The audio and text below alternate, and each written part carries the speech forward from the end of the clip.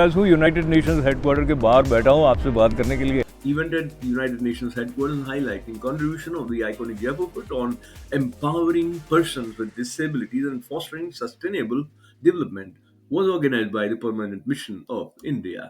आपके लिए कैसा अनुभव रहा आज का ये आयोजन? बहुत अच्छा रहा। अंतर्राष्ट्रीय स्तर पर हम काम करते हैं, पर यूएनओ में आके बात करना, सबके सामने बात करना, इतने लोग आए, ये बहुत बड़ी बात है।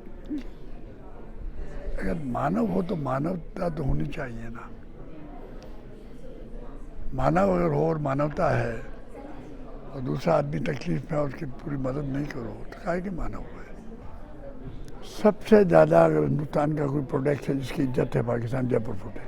अच्छा। कैंप किए वहाँ, हाँ 2000 लोगों को पैर लगाए, हाँ। परमानेंट सेंटर खोले, हाँ उन लोगों ने हमें ट्रेनिंग दी। हाँ हाँ। कराची सेंटर ने जयपुर फूट के नाम से मशहूर है वो। अच्छा। 34,000 पैर मुफ्त में लगा दिए। हम दुकान पे गए, फिर आपको टीवी पे देखा था, जूते खरीदे, पैसे दिए। पैसे कैसे ले सकते हैं आप? हमारे भाइयों के मुफ्त में टांगे लगा रहे हो लंबी, और जूतों के पैसे ले ले आपसे। इस तरह का हाल है। वो तो बहुत सुंदर है, इंडिया फॉर ह्यूमैनिटी की बात है। दिल जोड़ने के, हाँ सेतु बनाने के। हाँ। तो इसमें मैं प्रश्न ये कर रहा था कि ये जो युद्ध के हालात होते हैं उससे आपकी जो भावना है सेवा करने की, वो कहीं कम हो जाती है और बढ़ जाती है? बढ़ती है ना, और लोग भी जुड़ते हैं, बढ़ती है। The cause with which Jaipur foot is active.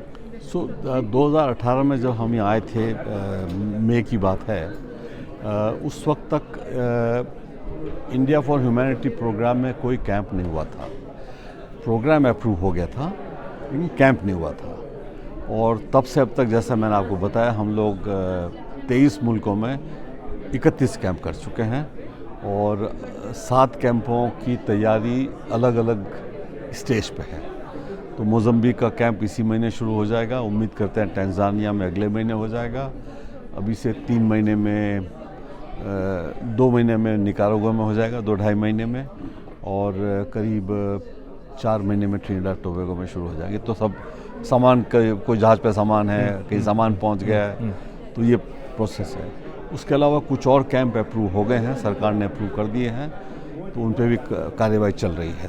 It's definitely been, with work and everything, but I still find the time to connect with people my age, to tell them about the cause, and even if they can't directly monetarily contribute, at least I try to spread awareness to them about the cause, that this is happening in India, and hopefully, once they get older or they have the time to, I try to involve them, whether that's starting a chapter at their company that they're working for or at their school.